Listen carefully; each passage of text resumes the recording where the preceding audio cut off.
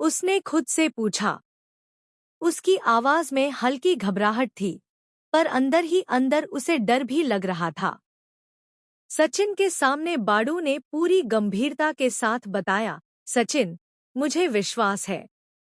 रोशनी चिट्टी के पास से अक्सर पैसे उधार लेती है। मैं नहीं जानता क्यों, पर यह बात बार बार सामने आ रही है। सचिन का दिल तेजी से धड़कने लगा। उसे समझ में नहीं आ रहा था कि यह खबर सही है या सिर्फ अफवाह। लेकिन बाडू का भरोसा और उसकी आवाज में गंभीरता सचिन को सोचने पर मजबूर कर रही थी। सचिन की सहेली भी इस बात को लेकर चिंतित थी। उसने बोला, सचिन, यही बात मुझे परेशान कर रही थी। अगर रोशनी सच में चिट्टी के पास पैसों के लिए जाती है, तो इसका मतलब क्या है? हमें यह पता लगाना ही होगा। सचिन की आंखों में चिंता और घबराहट साफ दिखाई दे रही थी। हाँ, सहेली, मुझे भी टेंशन हो रही है। अगर खजूरी ने गुस्से में आकर कुछ गलत कदम उठा लिया, तो हमारी सारी योजना बर्बाद हो जाएगी। उसी समय घर में माहौल बदल गया। दीवारों के पीछे से हल्की हल्की आवाजें आ रही थी, जैसे कोई सुन रहा हो। सचिन और उसकी सहेली एक दूसरे की तरफ देखते रहे, डर और उत्सुकता दोनों के मिश्रण के साथ।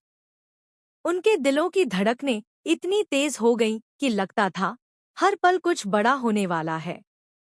तभी कमरे के अंदर एक और नया मोड़ आया। सजावट की योजना की बातें शुरू हुईं। सर, मैम, आपने जो चीजें बोली हैं, जैसी सजावट चाहिए, वह लगभग 1,20,000 रुपए में हो जाएगी, सजावट वाला बोला।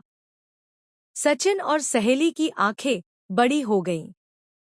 1,20,000 रुपए? ये तो बहुत ज्यादा है। हमारा बजट तो केवल 80,000 रुपए का था, सहेली ने घबराहट के साथ कहा।